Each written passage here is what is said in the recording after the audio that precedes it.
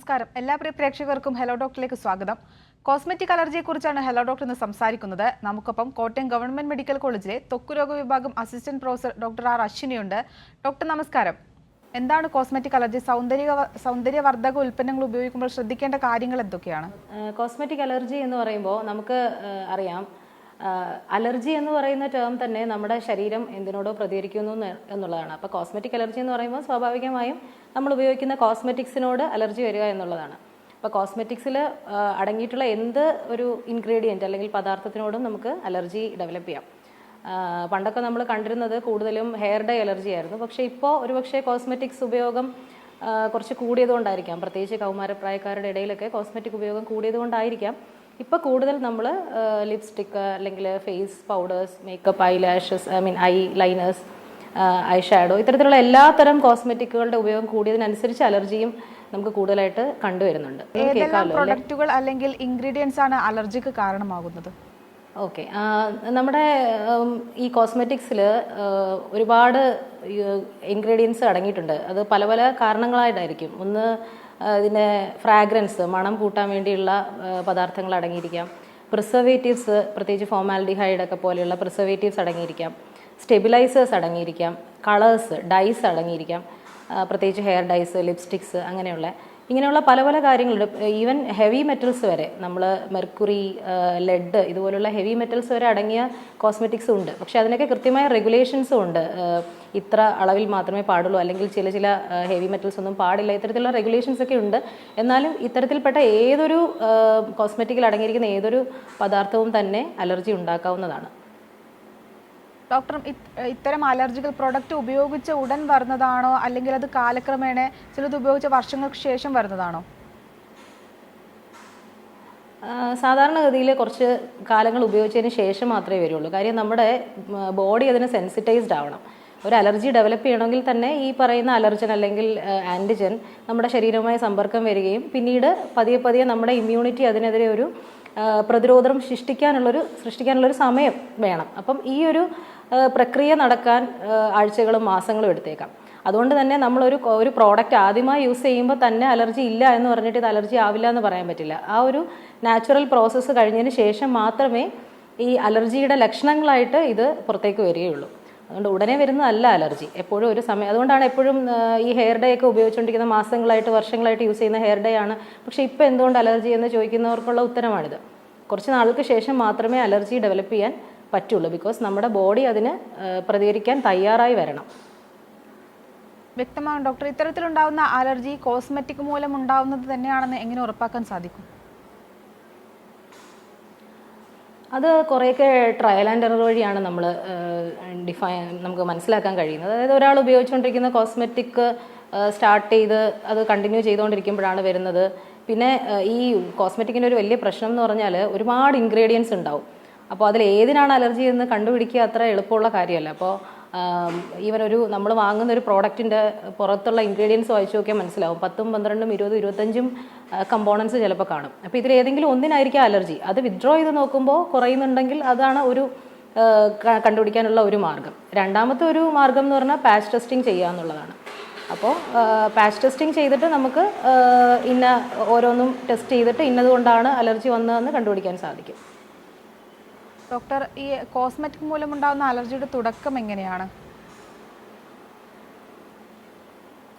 ഞാൻ ഈ പറഞ്ഞതുപോലെ കുറച്ച് കാലങ്ങൾ കഴിഞ്ഞിട്ടേ വരുള്ളൂ. അത് ഒരിക്കലും സാധാരണഗതിയിൽ നമ്മുടെ രോഗികൾ അത് അംഗീകരിച്ച് തരാറില്ല. നമ്മൾ ഇന്നതുകൊണ്ടാണ് അലർജി വന്നത്, ഹെയർ ഡൈ ആണെന്ന് പറഞ്ഞാലും പലപ്പോഴും ഞാൻ ഉപയോഗിച്ചുകൊണ്ടിരിക്കുന്ന സാധനമാണെന്ന് പറഞ്ഞിട്ട് അവർ അംഗീകരിക്കാറില്ല. പക്ഷേ എന്തായാലും കുറച്ച് സമയത്തിന് ശേഷം, നമ്മൾ ഉപയോഗിച്ചുകൊണ്ടിരിക്കുന്ന പ്രോഡക്റ്റ് കുറേ നാൾ ഉപയോഗിച്ചതിന് ശേഷമാണ് ഒരു ചൊറിച്ചിലോ ചുവപ്പോ തടിപ്പോ ഒക്കെ ആയിട്ട് ഇത് പ്രത്യക്ഷപ്പെടുന്നത്. ഈ നമ്മൾ ഉപയോഗിക്കുന്ന ഈ പ്രോഡക്റ്റ് ഉപയോഗിച്ചിരിക്കുന്ന ആ ഒരു സ്ഥലങ്ങളിലായിരിക്കും കാണുന്നത്. വളരെ റെയറായിട്ട് ചിലപ്പോൾ അത് മറ്റുള്ള ഭാഗങ്ങളിലേക്കും വ്യാപിക്കാനുള്ള സാധ്യതയുണ്ട്. ഈ ഹെയർ ഡൈയിൽ ചില കേസുകളിൽ നമ്മൾ കണ്ണിന് ചുറ്റും തടിപ്പായിട്ടും നീരായിട്ടും ഒക്കെ കണ്ടും വരാറുണ്ട്. പിന്നെ ചിലപ്പോൾ വളരെ അക്യൂട്ടായിട്ട് വരുന്ന ചില കേസിൽ ഈ വെള്ളൊലിപ്പും നീരൊലിപ്പൊക്കെ ആയിട്ട് ഒരു അക്യൂട്ട് എക്സീമ, പ്രധാനമായിട്ടും ഒരു എക്സീമ ഗ്രൂപ്പിൽ പെടുന്ന ഒരു രോഗാവസ്ഥയാണ് ഈ പറയുന്ന അലർജി എന്ന് പറയുന്നത്, കോണ്ടാക്ട് ഡെർമറ്റൈറ്റിസ് എന്ന് പറയുന്നത്. ഡോക്ടർ, നാച്ചുറൽ അല്ലെങ്കിൽ ഹെർബൽ ഉൽപ്പന്നങ്ങൾ അലർജിക്ക് ഒരു കാരണമാവുന്നുണ്ടോ? അത് എപ്പോഴും ഈ എല്ലാവർക്കും അലർജി വരാതിരിക്കാൻ ഒരു ഹെർബൽ പ്രോഡക്ട്സ് ഉപയോഗിച്ചാൽ കുഴപ്പമില്ല, അല്ലെങ്കിൽ ഹൈപ്പോ അലർജനിക്, ഫ്രാഗ്രൻസ് ഫ്രീ ഇങ്ങനെയൊക്കെ നോക്കിയിട്ട് വാങ്ങിക്കുന്ന ആളുകളുണ്ട്. പക്ഷേ ഏത് പ്രോഡക്റ്റിലും ഈവൻ ഹെയർ ഡൈ ഉപയോഗിക്കുന്ന ഒരു ഹെന്ന ഉപയോഗിച്ചിട്ട് കുഴപ്പമുണ്ടാവില്ല എന്ന് വിചാരിച്ച് ഹെന്ന എന്ന് പറയുന്നത് നമ്മുടെ പാക്കറ്റിൽ കിട്ടുന്ന ഹെന്ന യൂസ് ചെയ്തിട്ട് പ്രശ്നമായി വരാറുണ്ട്. ബിക്കോസ് നമുക്ക് പുറത്ത് കിട്ടുന്ന വിപണിയിൽ ലഭ്യമായിട്ടുള്ള ഒട്ടുമിക്ക ഹെർബൽ പ്രോഡക്ട്സിലും നിങ്ങൾ പുറകിൽ ഇൻഗ്രീഡിയൻസ് വായിച്ച് നോക്കിയാൽ മനസ്സിലാവും, അതിലും മിക്കവാറും ഈ പറയുന്ന കെമിക്കൽ അലർജൻസ് ഉണ്ടാകാറുണ്ട്. അപ്പോൾ ഇൻഗ്രീഡിയൻസ് നിർബന്ധമായിട്ടും വാങ്ങിച്ച് നോക്കുക. ഒരു പ്രോഡക്റ്റ് വാങ്ങിക്കുന്നതിന് മുമ്പ് ഹെർബൽ എന്ന് പറഞ്ഞാലും ഫ്രാഗ്രൻസ് ഫ്രീ എന്ന് പറഞ്ഞാലും അലർജൻ ഫ്രീ എന്ന് പറഞ്ഞാലും അതിൻ്റെ ബാക്കിലുള്ള ഇൻഗ്രീഡിയൻസ് വായിച്ച് നോക്കുക. ഇൻഗ്രീഡിയൻസ് എഴുതാത്ത ഒരു പ്രോഡക്റ്റ് ആണെങ്കിൽ അത് വിശ്വസിച്ച് വാങ്ങാൻ കൊള്ളാത്ത ഒരു പ്രോഡക്റ്റ് ആണെന്ന് തന്നെ നമുക്ക് കൺക്ലൂഡ് ചെയ്യേണ്ടി വരും. ഡോക്ടർ, ഈ ഫ്രാഗ്രൻസ് ഫ്രീ എന്ന് പറയുന്നതിലും ഉണ്ടൊരു ഫാലസ് പറഞ്ഞോളൂ. ഡോക്ടർ, ഈ ഹൈപ്പോ അലർജനിക് എന്ന് പറയപ്പെടുന്ന ഉൽപ്പന്നങ്ങളെ പറ്റി ഒന്ന് വ്യക്തമാക്കാമോ? ഹൈപ്പോ അലർജനിക് എന്ന് പറയുമ്പോൾ അലർജി ഉണ്ടാക്കാനുള്ള സാധ്യത കുറവാണെന്നേ ഉള്ളൂ, അലർജി ഉണ്ടാക്കില്ല എന്നില്ല. അപ്പോൾ അലർജി എപ്പോഴും സാധ്യത തന്നെയുണ്ട്, ഏത് പ്രോഡക്റ്റിനും അലർജി ഉണ്ടാവാം. ഞാനീ പറഞ്ഞ ഓൾറെഡി നമുക്കൊരു അലർജി വന്നിട്ടുണ്ടെങ്കിൽ അതേ ഇൻഗ്രീഡിയൻ്റ് ഉള്ള ഒരു പ്രോഡക്റ്റ് വീണ്ടും ഉപയോഗിച്ചാൽ അതിൻ്റെ പേരിൽ മുകളിൽ ഒരു ഹൈപ്പോ അലർജനിക് ലേബൽ ഉണ്ടെങ്കിലും അലർജി വരാനുള്ള എല്ലാ ചാൻസും ഉണ്ട്. അതുപോലെ തന്നെയാണ് ഈ ഫ്രാഗ്രൻസ് ഫ്രീ എന്ന് പറയുന്നത്. ഫ്രാഗ്രൻസ് ഫ്രീ എന്ന് പറയുമ്പോൾ ആഡഡ് ഓൺ കൂടുതൽ മണം വരാൻ വേണ്ടിയുള്ള ഫ്രാഗ്രൻറ്റ് അതിലേക്ക് ആഡ് ചെയ്തിട്ടുണ്ടാവില്ല, പക്ഷേ അതിൻ്റെ ഒരു കെമിക്കൽ സ്മെൽ മാറാൻ വേണ്ടിയിട്ട് മറ്റു പല ഇൻഗ്രീഡിയൻസും ആഡ് ചെയ്തിട്ടുണ്ടാകാം. അപ്പോൾ അതൊക്കെ തന്നെ വീണ്ടും അലർജി ഉണ്ടാക്കാനുള്ള സാധ്യത ഉണ്ടാക്കുന്നുണ്ട്. അപ്പോൾ ഫ്രാഗ്രൻസ് ഫ്രീ, ഹൈപ്പോ അലർജനിക് അല്ലെങ്കിൽ ഹെർബൽ പ്രോഡക്ട്സ് എന്ന് പറഞ്ഞ് നമുക്ക് കണ്ണു അടച്ചൊരു പ്രോഡക്റ്റിനെ അലർജി ഉണ്ടാക്കില്ല എന്ന് വിശ്വസിച്ച് വാങ്ങി ഉപയോഗിക്കാൻ കഴിയില്ല. വ്യക്തമാകും ഡോക്ടർ. നമ്മുടെ കൂടെ ഒരു പ്രേക്ഷക ചേരുന്നുണ്ട്, കണ്ണൂരിൽ നിന്ന് ശ്രീലക്ഷ്മിയാണ്. ശ്രീലക്ഷ്മി, ഡോക്ടറോട് ചോദിച്ചോളൂ. Hello, good afternoon doctor. Hello, good afternoon. Sreelakshmi പറയൂ. ഡോക്ടർ, ഞാൻ കോമൺ ആയിട്ട് ഡെയിലി മേക്കപ്പ് യൂസ് ചെയ്യുന്ന ഒരാളാണ്. ബട്ട് ഇപ്പോൾ കുറച്ചായിട്ട് എനിക്ക് മേക്കപ്പ് ഒട്ടും എൻ്റെ ഫേസിന് പറ്റുന്നില്ല. കാരണം മേക്കപ്പ് യൂസ് ചെയ്തതിന് എൻ്റെ സ്കിൻ ഭയങ്കരമായിട്ട് ഡ്രൈ ആവുന്നുണ്ട്. ജസ്റ്റ് ഇങ്ങനെ തൊലിയൊക്കെ ഭയങ്കര ഡ്രൈ ആയി കിടക്കുന്നുണ്ട്. മാത്രമല്ല, ഞങ്ങളിപ്പോൾ കോമൺ ആയിട്ടുള്ള എല്ലാവരും ഒരുപോലെ യൂസ് ചെയ്യുന്ന ഒരു മേക്കപ്പ് ആണ്. കാരണം ദാറ്റ് മീൻ ഇപ്പോൾ ഒരേ മേക്കപ്പ് പ്രോഡക്റ്റ് തന്നെ ഒരുപാട് ആൾക്കാർ യൂസ് ചെയ്യുന്നതും ഇത്തരത്തിൽ എന്തെങ്കിലും അലർജിയുടെ ഇഷ്യൂ ഉണ്ടാകുമോ? പിന്നെ എന്തുകൊണ്ട് ഇത്തരത്തിൽ മേക്കപ്പ്, ഞാൻ എന്നും ഒരേ മേക്കപ്പ് പ്രോഡക്റ്റ് ആണ് യൂസ് ചെയ്യുന്നത്, മാറ്റങ്ങളൊന്നുമില്ല, വേറെ ഉപയോഗിക്കുന്നില്ല. അപ്പോൾ എന്തുകൊണ്ടായിരിക്കും അങ്ങനെ ഒരു പ്രശ്നം? അങ്ങനെ തന്നെയാണ് അലർജി മാനിഫെസ്റ്റ് ചെയ്യുന്നത്. നമ്മുടെ കേസിൽ അലർജി തന്നെ ആകണം എന്ന് ഞാൻ ഡയഗ്നോസ് ചെയ്യല്ല, പക്ഷേ അലർജി എപ്പോഴും അങ്ങനെ തന്നെയാണ്. നമ്മൾ ഒരേ പ്രോഡക്റ്റ് തന്നെ ഉപയോഗിച്ചുകൊണ്ടിരിക്കുമ്പോഴാണ് നമ്മുടെ ബോഡി അതിലേക്ക് സെൻസിറ്റൈസ് ചെയ്ത് ആ ഒരു അലർജി എന്ന് പറയുന്ന ഒരു രോഗാവസ്ഥയിലേക്ക് എത്തുന്നത്. അതിനുശേഷം പിന്നീട് നമുക്ക് എപ്പോൾ ഉപയോഗിച്ചാലും ഈ പ്രശ്നങ്ങൾ വരാം. അപ്പം സെയിം പ്രോഡക്റ്റാണ് ഉപയോഗിക്കുന്നതെന്ന് പറയുന്നത് ശരിക്കും അലർജി ആകാനുള്ള സാധ്യത കൂട്ടുകയാണ് ചെയ്യുന്നത്. പക്ഷേ എന്ന് പറഞ്ഞ് മൾട്ടിപ്പിൾ പ്രോഡക്ട്സ് ഉപയോഗിക്കണം എന്നല്ല. നമ്മൾ ഒരു പ്രോഡക്റ്റ് ഉപയോഗിച്ചുകൊണ്ടിരുന്ന് അതിൽ പ്രശ്നം ഉണ്ടാവുകയാണെങ്കിൽ അത് മാറ്റിയിട്ട് അതിൽ മാറ്റുമ്പോൾ അതിനകത്തുള്ള ഇൻഗ്രീഡിയൻസ് ആണ് നമ്മൾ മാറ്റേണ്ടത്. ആ ഇൻഗ്രീഡിയൻ്റ് അടങ്ങിയിരിക്കുന്ന ഇല്ലാത്ത ഒരു പ്രോഡക്റ്റിലേക്ക് വേണം നമ്മൾ സ്വിച്ച് ഓവർ ചെയ്യാൻ. പിന്നെ ഉള്ളൊരു കാര്യം, ഈ കോമൺ ആളുകൾ ഉപയോഗിക്കുന്ന ബ്രഷ്, സ്പഞ്ചസ് ഇങ്ങനത്തെയൊക്കെ ഉപയോഗിക്കുമ്പോൾ ഉള്ളൊരു പ്രശ്നം, ഇൻഫെക്ഷൻസ് ഒക്കെ സ്പ്രെഡ് ചെയ്യാനുള്ളൊരു സാധ്യതയും കൂടി നമുക്ക് കണക്കിലെടുക്കേണ്ടി വരും. പല ആളുകൾ ഒരേ മേക്കപ്പ്, അതായത് മേക്കപ്പ് ഇടുന്ന വസ്തുക്കൾ കൈകാര്യം ചെയ്യുമ്പോൾ. പിന്നെ ഈ പറഞ്ഞ ഡ്രൈ സ്കിന്നും സ്കെയിലിങ്ങും ഒക്കെ അലർജി തന്നെ ആവണമെന്നും ഇല്ല. കോൺസ്റ്റൻ്റ് ആയിട്ട് മേക്കപ്പ് യൂസ് ചെയ്യുന്നതിൻ്റെതായ പ്രശ്നങ്ങളും ആയിരിക്കാം. അപ്പോൾ അത് എന്താണ് ശരിയായ പ്രശ്നമെന്ന് കണ്ടെത്തി അതിനുള്ളൊരു പരിഹാരം കാണുന്നതായിരിക്കും നല്ലത്. റിമൂവർ യൂസ് ചെയ്യുകയാണെങ്കിൽ ഇപ്പോൾ rose water okay ma'am, clear ആണ്. നമ്മളിപ്പോൾ മേക്കപ്പ് റിമൂവ് ചെയ്യുകയാണെങ്കിൽ ഇപ്പോൾ റോസ് വാട്ടർ ഉപയോഗിച്ച് റിമൂവ് ചെയ്ത് നല്ലതാണോ? ഇപ്പോൾ ഞാൻ മേക്കപ്പ് റിമൂവ് ചെയ്തതിന് ശേഷം ജസ്റ്റ് കോക്കനട്ട് ഓയിലോ അല്ലെങ്കിൽ ഗ്ലിസറിനോ ഇട്ട് ഫേസിൽ ജസ്റ്റ് ഒന്ന് അപ്ലൈ ചെയ്യും. അങ്ങനെ യൂസ് ചെയ്യുന്നതുകൊണ്ട് എന്തെങ്കിലും കുഴപ്പമുണ്ടോ? ഏത് പ്രോഡക്റ്റ് യൂസ് ചെയ്ത്, ഇപ്പോൾ ഈ റോസ് വാട്ടറിൻ്റെ കാര്യത്തിലും ഞാൻ പലപ്പോഴും കാണാറുള്ളത് റോസ് വാട്ടറിലും പെർഫ്യൂം ആഡ് ചെയ്തിട്ടുണ്ട്. അപ്പോൾ അതിനും വേണമെങ്കിൽ അലർജി വന്നുകൂടാ എന്നുമില്ല.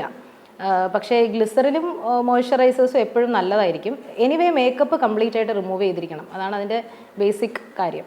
നമ്മൾ ഇട്ട മേക്കപ്പ് കംപ്ലീറ്റ് ആയിട്ട് റിമൂവ് ചെയ്തില്ലേ അതിൻ്റെതായ മറ്റ് പ്രശ്നങ്ങൾ വരാം. ഈവൻ നമ്മുടെ രോമകൂപങ്ങൾ ക്ലോഗ് ചെയ്തിട്ട് മുഖക്കുരു കൂടുതലുണ്ടാവാൻ ചാൻസ് ഉണ്ട്. ഈ മേക്കപ്പ് തന്നെ ഇരുന്നിട്ട് അലർജി അങ്ങനത്തെ ചാൻസസും കൂടുതലാവും. അപ്പോൾ മേക്കപ്പ് ഏതൊരു വിധേനയും കംപ്ലീറ്റ് ആയിട്ട് റിമൂവ് ചെയ്യുക. പിന്നെ ഏത് ഇൻഗ്രീഡിയൻറ്റ് ചൂസ് ചെയ്യുമ്പോഴും, അത് ക്ലെൻസിങ് ആയിക്കോട്ടെ ഉപയോഗിക്കുന്നതായിക്കോട്ടെ, കഴിവതും മണം കൂടുതലുള്ള കളർ കൂടുതലുള്ള പ്രോഡക്ട്സ് ഒഴിവാക്കാൻ ശ്രമിക്കുക. അത്തരത്തിലുള്ള പ്രോഡക്ട്സിലായിരിക്കും കൂടുതൽ അഡിറ്റീവ്സ് വരുന്നത്, കൂടുതൽ ഇൻഗ്രീഡിയൻസ് വരുന്നത്. അപ്പോൾ അങ്ങനെയുള്ള ഇപ്പോൾ ഈവൻ കോക്കനട്ട് ഓയിൽ എന്ന് പറയുമ്പോഴും പെർഫ്യൂംഡ് കോക്കനട്ട് ഓയിൽ അവൈലബിൾ ആണ്. അതിനെക്കാട്ടിലും പ്രിഫർ ചെയ്യാൻ പറ്റുന്നത് നമ്മുടെ സാധാ വെളിച്ചെണ്ണയായിരിക്കും. അങ്ങനെ കുറച്ച് ബ്ലാൻഡ് ആയിട്ടുള്ള പ്രോഡക്ട്സ് ഉപയോഗിക്കാൻ ശ്രമിച്ചാൽ ഒരുപക്ഷെ നമുക്ക് നമ്മുടെ സ്കിന്നിനെ സെൻസിറ്റൈസ് ചെയ്യുന്നതിൻ്റെ സാധ്യതകൾ കുറയ്ക്കാൻ പറ്റും. ഡോക്ടർ, പ്രേക്ഷകർക്ക് വ്യക്തമായെന്ന് പ്രതീക്ഷിക്കുന്നു.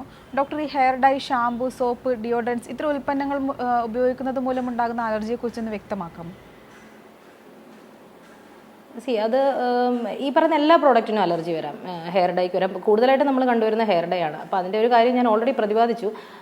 ഈ പറഞ്ഞ ഹെയർ ഡൈ അലർജി ആണെന്ന് പറഞ്ഞിട്ട് ഹെന്ന യൂസ് ചെയ്യും, അതായത് പാക്ഡ് ഹെന്ന യൂസ് ചെയ്യും. അതിനോടും അലർജി വരുന്ന സാഹചര്യങ്ങൾ നമ്മൾ കാണാറുണ്ട്. അപ്പോൾ ഹെയർ ഡൈ അലർജി ആണെങ്കിൽ ഹെയർ ഡൈ ഈ പറഞ്ഞ PPD പോലെയുള്ള PPD ആണ് പ്രധാനമായിട്ട് ഹെയർ ഡൈയിൽ അലർജി ഉണ്ടാക്കുന്ന ഒരു കണ്ടന്റ്.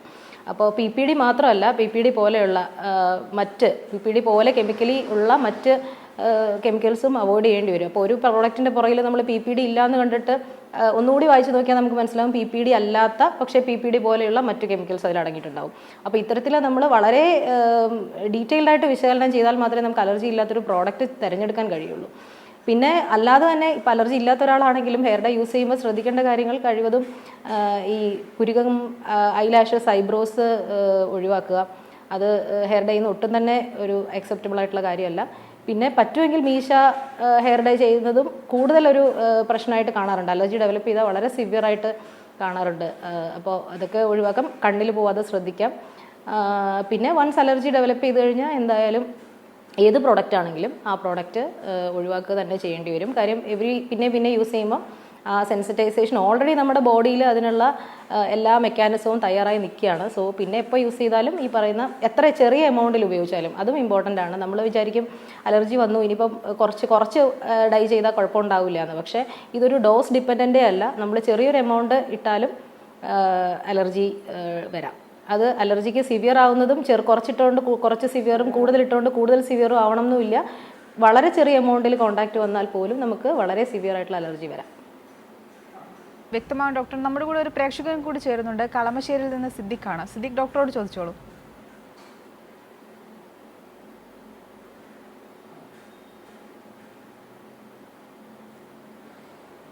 സിദ്ദിഖ് കേൾക്കുന്നുണ്ടെന്ന് പ്രതീക്ഷിക്കുന്നു, ഡോക്ടറോട് ചോദിച്ചോളൂ.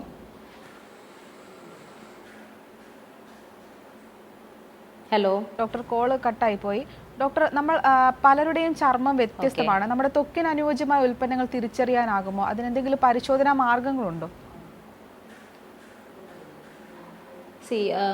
നമുക്ക് അലർജി അങ്ങനെ പ്രഡിക്റ്റ് ചെയ്യാൻ പറ്റില്ല. ത്വക്കിന് പറ്റിയ ഈ പ്രോഡക്ട്സ് നമുക്ക് തിരഞ്ഞെടുക്കാം. അത് ബേസിക്കലി ആക്നെ, മുഖക്കുരു കൂടുതൽ വരുന്ന സ്കിന്നാണോ, അങ്ങനെ ഉള്ള കാര്യങ്ങൾ നോക്കിയിട്ട് ഓയിലി ആണോ ഡ്രൈ ആണോ എന്നുള്ളത് അത് തിരഞ്ഞെടുക്കുമ്പോൾ ഒരു പ്രൊഫഷണൽ ഹെൽപ്പ് തേടി തന്നെ തിരഞ്ഞെടുക്കുന്നതായിരിക്കും നല്ലത്. എനിക്ക് തോന്നുന്നില്ല അത് ഡയറക്റ്റ്ലി ഒരാൾക്ക് തീരുമാനിക്കാൻ പറ്റുന്നൊരു കാര്യമാണെന്ന്.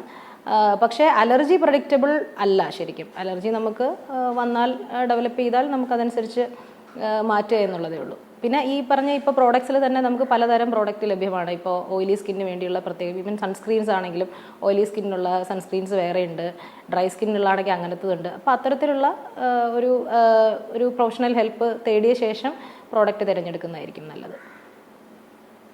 ശരി ഡോക്ടർ, വ്യക്തമാണ്. ഡോക്ടർ, സ്ത്രീകളിൽ മാത്രമാണോ ഈ പ്രശ്നങ്ങൾ കൂടുതലായും കണ്ടുവരുന്നത്? അങ്ങനെ പറയാൻ പറ്റില്ലല്ലോ. സ്ത്രീകൾ കൂടുതൽ മേക്കപ്പ് ഉപയോഗിക്കുന്നതെന്ന് നമ്മൾ പറഞ്ഞു വയ്ക്കുന്ന പോലെ ആയിപ്പോകും. ആക്ച്വലി എല്ലാവരിലും ഒരുപോലെ തന്നെ കാണുന്നുണ്ട്. പ്രത്യേകിച്ച് എനിക്ക് തോന്നുന്നു ഹെയർ ഡൈ കൂടുതലും നമ്മൾ പൊതുവെ കണ്ടുവരുന്നത് പുരുഷന്മാരിൽ കണ്ടുവരുന്നതായിട്ട് തോന്നുന്നുണ്ട്. പൊതുവെ രണ്ട് ജെൻഡറിലും അല്ലെങ്കിൽ എല്ലാവർക്കും ഒരുപോലെ തന്നെ അലർജി കാണുന്നതായിട്ടാണ്.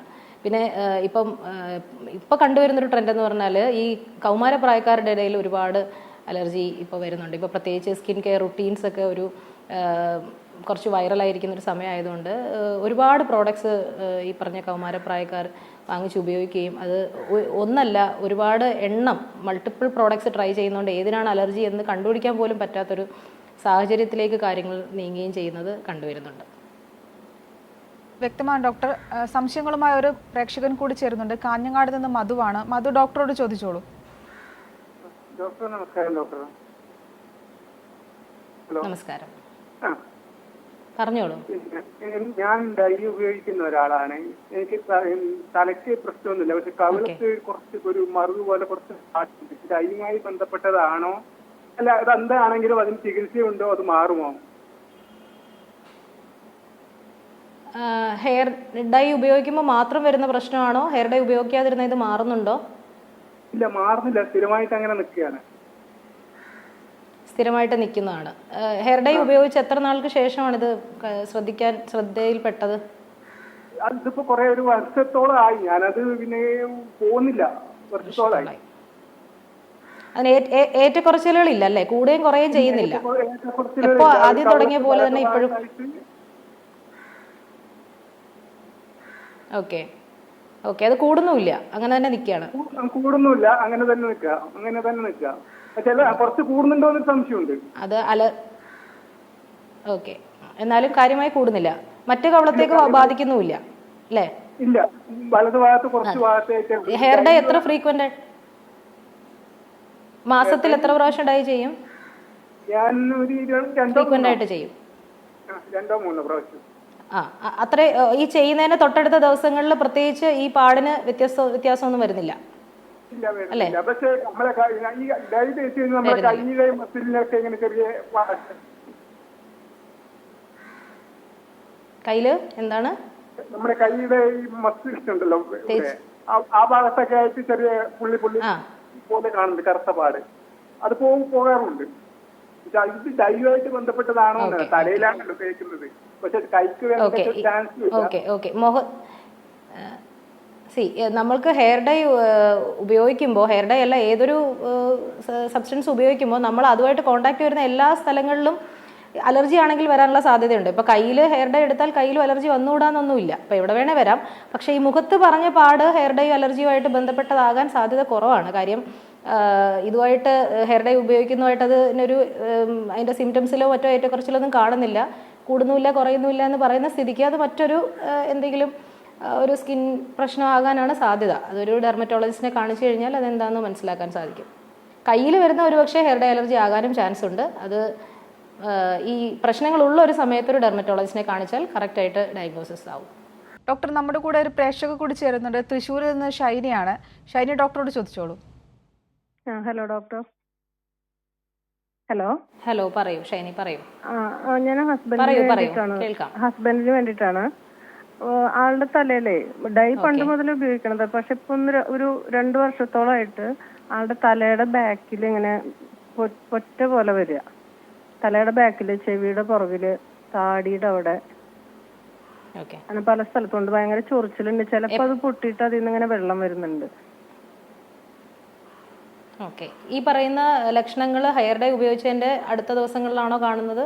എന്നിട്ട് അത് മാറിപ്പോയിട്ട് പിന്നെ വരികയാണോ, അതോ അതങ്ങനെ തന്നെ നിൽക്കുകയാണോ? ഇതുമായിട്ട് ബന്ധമില്ല. മാറിപ്പോവാന്ന് പറഞ്ഞാൽ ഹെയർ ഡൈ ഉപയോഗിക്കുമ്പോൾ അത് കൂടുന്നുണ്ട്, പക്ഷെ അത് കംപ്ലീറ്റ്ലി മാറിപ്പോകുന്നില്ല. നമ്മളിവിടെ സ്കിൻ ഡോക്ടറെ ഒരുപാട് കാണിച്ചായിരുന്നു. ഹെയർ ഡൈ ആദ്യം ഒന്നും ഉപയോഗിക്കുമ്പോൾ ഇപ്പൊ 2 വർഷമായിട്ടുള്ളത് കണ്ടു തുടങ്ങിയിട്ട്. ഹെയർ ഡൈ നിർത്തി നോക്കിയോ, മാറുന്നുണ്ടോ എന്ന് ശാശ്വതമായിട്ട്? ഹെയർ ഡൈ പെർമനന്റ് ആയിട്ട് നിർത്തി നോക്കിയോ ഒരിക്കലെങ്കിലും? Hello hello hello doctor, call കട്ടായിരിക്കുകയാണ്. ഡോക്ടർ മറുപടി പറഞ്ഞോളൂ. ഓക്കെ. ഇതിപ്പോൾ ഹെയർ ഡൈ അലർജി ആകാനുള്ള എല്ലാ സാധ്യതയുണ്ട് പറയുന്ന ലക്ഷണങ്ങൾ വെച്ചിട്ട്. അതായത് പൊറ്റ പോലെ നീരൊലിപ്പും കാര്യങ്ങളുമൊക്കെ അതും ഈ ഹെയർ ഡൈ ഉപയോഗിക്കുന്ന അതിനടുത്തുള്ള ദിവസങ്ങളിൽ കൂടുന്നു, പിന്നീട് കുറയും, പക്ഷേ മാറുന്നില്ല. ഒരുപക്ഷെ കംപ്ലീറ്റ് ആയിട്ട് മാറാതിരിക്കാനുള്ളൊരു കാരണം വീണ്ടും വീണ്ടും നമ്മൾ എക്സ്പോഷർ, അതായത് ഇതേ അലർജൻ തന്നെ വീണ്ടും നമ്മൾ ഹെയർ ഡൈ ഉപയോഗിക്കുമ്പോൾ വീണ്ടും ശരീരത്തിൽ കോണ്ടാക്ട് വരുന്നതുകൊണ്ടായിരിക്കാം ഒരു കുറച്ച് നാളത്തേക്കൊരു കുറവ് വരാത്തത്. അതിൽ ചെയ്യാൻ ഇത്രയേ ഉള്ളൂ. ആ ഹെയർ ഡൈ ഉപയോഗം തന്നെ കംപ്ലീറ്റ് ആയിട്ട് അങ്ങ് നിർത്തി നോക്കുമ്പോൾ പിന്നീട് ഇത് വരുന്നില്ല എന്നുണ്ടെങ്കിൽ നമുക്കത് കൺക്ലൂഡ് ചെയ്യാം. അതാണ് ഞാൻ ആദ്യം ഒരു ചോദ്യത്തിന് ഉത്തരം പറഞ്ഞത്. ഇത് തന്നെയാണ്, നമുക്കത് ഒഴിവാക്കി നോക്കുക എന്നുള്ളതാണ് ഏറ്റവും ഇത് കണ്ടുപിടിക്കാനുള്ള ഏറ്റവും എളുപ്പമുള്ള മാർഗം. അപ്പോൾ അങ്ങനെ ചെയ്ത് നോക്കുക. കംപ്ലീറ്റ് ആയിട്ട് ഈ അലർജി ഉണ്ടാകുന്ന സമയത്ത് ഒരുപക്ഷെ ഡോക്ടറുടെ ഒരു ചികിത്സ നിർദ്ദേശപ്രകാരം തന്നെ ചികിത്സ എടുക്കേണ്ടി വന്നേക്കാം. കാര്യം വളരെ സിവിയർ അലർജി ആയിരിക്കാം. അതിനുശേഷം പിന്നീട് ഹെയർ ഡേ ഉപയോഗിക്കാതെ കുറച്ച് നാൾ നിന്ന് നോക്കുക. അപ്പോൾ ഒരുപക്ഷെ പിന്നീട് വരുന്നില്ല എന്നുണ്ടെങ്കിൽ അത് ഹെയർ ഡേ അലർജി തന്നെയാണെന്ന് നമുക്ക് കൺഫേം ചെയ്യാം. അതല്ല വീണ്ടും ഇത്തരത്തിലുള്ള ഈ പറഞ്ഞ പൊറ്റയും വെള്ളൊലിപ്പും ഒക്കെ വരുന്നുണ്ടെങ്കിൽ അതൊരു വേറെ എന്തെങ്കിലും തരം സ്കിൻ ഡിസീസാണോ, ഈവൻ താരനോ മറ്റ് ഒരുപാട് പ്രശ്നങ്ങളുണ്ടാകാം. അത് ഏതെങ്കിലും ആണോ എന്ന് നോക്കിയിട്ട് അതിനുള്ള ചികിത്സ എടുക്കേണ്ടി വരും. പിന്നെ ഒരു കാര്യം കൂടെ ക്ലാരിഫൈ ചെയ്യാം.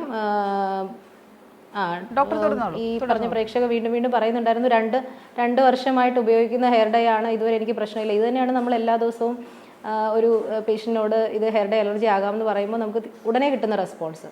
അത് തന്നെയാണ് അലർജിയുടെ ലക്ഷണം. അതായത് മാസങ്ങളും വർഷങ്ങളുമായിട്ട് ഉപയോഗിച്ചുകൊണ്ടിരിക്കുന്ന, ഇപ്പോൾ 2 വർഷമായി എന്ന് പറഞ്ഞില്ലേ, അതുപോലെ വർഷങ്ങളായി ഉപയോഗിച്ചുകൊണ്ടിരിക്കുന്ന ഒരു പ്രോഡക്റ്റിനാണ് എപ്പോഴും അലർജി ഡെവലപ്പ് ചെയ്യുന്നത്. അങ്ങനെ മാത്രമേ അലർജിക്ക് ഡെവലപ്പ് ചെയ്യാൻ പറ്റുള്ളൂ. കാര്യം നമ്മുടെ ബോഡി അതിന് പ്രതികരിക്കാനുള്ള തയ്യാറെടുപ്പ് പൂർത്തിയായാൽ മാത്രമേ ലക്ഷണങ്ങൾ പുറത്തേക്ക് വരുള്ളൂ. ക്ലിയർ ആണെന്ന് വിശ്വസിക്കുന്നു. വ്യക്തമാണ് ഡോക്ടർ. ഡോക്ടർ, കോസ്മെറ്റിക്സ് മൂലമുണ്ടാകുന്ന അലർജികൾ എത്രത്തോളം അപകടകരമാണ്? സാധാരണഗതിയിൽ ഇപ്പോൾ ഈ പറഞ്ഞ ഒരു എക്സീമ പോലെ, അതായത് നീരൊലിപ്പും ചൊറിച്ചിലും ചിലപ്പോൾ ഒരു പൊറ്റ പിടിക്കലും ഒക്കെ ആയിട്ട് ഈ പറഞ്ഞ അലർജൻ ഒഴിവാക്കിയാൽ തന്നെ സംഭവം കൺട്രോളിൽ വരാറുണ്ട്. ചെറിയ ചികിത്സ വേണ്ടി വന്നേക്കാം. പക്ഷേ ചില സാഹചര്യങ്ങളിൽ ഇത് കൂടുതൽ ശരീരഭാഗങ്ങളിലേക്ക് ബാധിക്കുകയും അത്തരത്തിലുള്ള സിവിയർ അലർജിയിലേക്ക് പോവുകയും ചെയ്യാം. പിന്നെ വളരെ വളരെ റെയറായിട്ട് അനാഫിലാക്സിസ് എന്ന് പറയുന്ന സിവിയർ അലർജിയിലേക്ക് പോയതായിട്ടും റിപ്പോർട്ടുകൾ പറയുന്നുണ്ട്. അപ്പോൾ അലർജി ആണെന്ന് കണ്ടെത്തിക്കഴിഞ്ഞാൽ, നമുക്കൊരു തോന്നൽ വന്നു കഴിഞ്ഞാൽ ആ പ്രോഡക്റ്റ് ഉപയോഗിക്കാതിരിക്കുക തന്നെയാണ് എപ്പോഴും നല്ലത്. ഡോക്ടർ, ത്വക്ക് സംരക്ഷണവുമായി ബന്ധപ്പെട്ട് നമ്മൾ പൊതുവെ ശ്രദ്ധിക്കേണ്ട കാര്യങ്ങൾ എന്തൊക്കെയാണ്? പ്രധാനമായിട്ടും നമ്മൾ ഈ അലർജിയെ റിലേറ്റ് ചെയ്ത് പറയുവാണെങ്കിൽ നമ്മൾ അനാവശ്യമായ പ്രോഡക്ട്സ് ട്രൈ ചെയ്യാതിരിക്കുക എന്നുള്ളതാണ്. ഇപ്പോഴത്തെ ഒരു ട്രെൻഡ് കാണുന്നത്, പരസ്യത്തിൽ കാണുന്നതും എല്ലാത്തരം പ്രോഡക്റ്റും വാങ്ങി യൂസ് ചെയ്ത് നോക്കുക എന്നുള്ളതാണ്. അത് നമുക്ക് സ്യൂട്ടബിൾ ആണോ, നമ്മുടെ പ്രശ്നത്തിനുള്ള പരിഹാരമാണോ, ഈവൻ പ്രശ്നങ്ങളൊന്നും ഇല്ലാത്തവരും എന്തെങ്കിലുമൊക്കെ ട്രൈ ചെയ്യുക എന്നുള്ള ട്രെൻഡിലേക്ക് വരുന്നുണ്ട്. അത് നമ്മുടെ ട്രൈ ചെയ്യാനുള്ളൊരു ഇതായിട്ട് നമ്മുടെ മുഖം എടുക്കേണ്ടതില്ലെന്നാണ് എൻ്റെ ഒരു അഭിപ്രായം. അപ്പോൾ നമുക്ക് എന്തെങ്കിലും സ്കിൻ പ്രോബ്ലംസ് ഉണ്ടെങ്കിൽ അതിനെ അഡ്രസ്സ് ചെയ്യുന്ന രീതിയിൽ ഒരു ഡെർമറ്റോളജിസ്റ്റിനെ കണ്ടിട്ട്, ഇപ്പോൾ മുഖക്കുരുവാണെങ്കിൽ അതിനുള്ള ചികിത്സ തേടുക. അല്ലാതെ എന്താണ് പ്രശ്നം എന്ന്, ഡ്രൈ സ്കിൻ ആണെങ്കിൽ അത് അങ്ങനെ. അപ്പം അത്തരത്തിലുള്ളൊരു കറക്റ്റായിട്ടുള്ള ഒരു ചികിത്സ, അല്ലെങ്കിൽ ആ പ്രശ്നത്തിനെ അഡ്രസ്സ് ചെയ്യുന്ന ഒരു പ്രോഡക്റ്റ് ഉപയോഗിക്കുക എന്നുള്ളതാണ്. പിന്നെ ഈ പറയുന്ന മൾട്ടിപ്പിൾ ഇൻഗ്രീഡിയൻസ് ഒരുപാട്, ഈ അടുത്തൊരു പേഷ്യൻ്റ് വന്നപ്പോൾ എന്തൊക്കെ പ്രോഡക്റ്റ് ഉപയോഗിക്കുന്നു എന്ന് പറഞ്ഞപ്പോൾ ഒരു 8 പ്രോഡക്റ്റ് എടുത്ത് മേശപ്പുറത്ത് വെച്ചൊരവസ്ഥ ഉണ്ടായിട്ടുണ്ട്. എനിക്ക് തോന്നുന്നു ഒരു 6-7 പ്രോഡക്റ്റ് ആ കുട്ടി ഉപയോഗിക്കുന്നുണ്ടായിരുന്നു. സീറം, സൺസ്ക്രീൻ, ഡീപിഗ്മെൻറ്റിങ്, അങ്ങനെയൊക്കെ പറഞ്ഞിട്ട് ഒരുപാട് പ്രോഡക്ട്സ്. അപ്പോൾ ഇത്തരത്തിൽ ഒരുപാട് പ്രോഡക്ട്സ് ട്രൈ ചെയ്യുമ്പോൾ നാച്ചുറലി അതിൽ പലതിലും ഇറിറ്റൻസും ഉണ്ട്. ഈ അലർജി അല്ലാത്തൊരു ഭാഗമുണ്ട്, ഇറിറ്റൻറ്റ് ഡെർമറ്റൈറ്റിസ് എന്ന് പറയും. അതായത് ഇതിലുള്ള സബ്സ്റ്റൻസ് തന്നെ ഇറിറ്റൻ്റ് ആയിരിക്കാം. അത് ചെറിയ കോൺസെൻട്രേഷനിലാവുമ്പം വലിയ പ്രശ്നം ഉണ്ടാവില്ല, പക്ഷേ കുറച്ച് കൂടിയാൽ പ്രശ്നമുണ്ടാകും. അത്തരത്തിലുള്ള ചില പ്രോഡക്റ്റും ഈ ഒരു പറയുന്ന കോസ്മെറ്റിക് ഗ്രൂപ്പ് ഓഫ് പ്രോഡക്ട്സിൽ ഇൻക്ലൂഡഡ് ആയിരിക്കും. അപ്പോൾ അതെല്ലാം പ്രശ്നം ഉണ്ടാക്കാം. അപ്പോൾ ഇതെല്ലാം കൂടെ മിക്സ് ആകുമ്പോഴത്തേക്കും ഇതിൽ ഏതാണ് പ്രശ്നം ഉണ്ടാക്കിയെന്ന് അറിയാൻ പറ്റാത്തൊരു സാഹചര്യം വരാം. അപ്പോൾ അങ്ങനത്തെ റുട്ടീൻസ് ഒക്കെ തിരഞ്ഞെടുക്കുമ്പം കോസ്മെറ്റിക് അലർജിയെ കുറിച്ചാണ് ഹലോ ഡോക്ടർ ഇന്ന് സംസാരിച്ചത്. നമുക്കൊപ്പം ചേർന്നത് കോട്ടയം ഗവൺമെന്റ് മെഡിക്കൽ കോളേജിലെ ത്വക്കുരോഗ വിഭാഗം അസിസ്റ്റന്റ് പ്രൊഫസർ ഡോക്ടർ ആർ അശ്വിനിയാണ്. ഡോക്ടർ, നന്ദി. Thank you. ഹലോ ഡോക്ടറിന്റെ ഇന്നത്തെ സമയം ഇവിടെ പൂർണ്ണമാകുന്നു. നമസ്കാരം.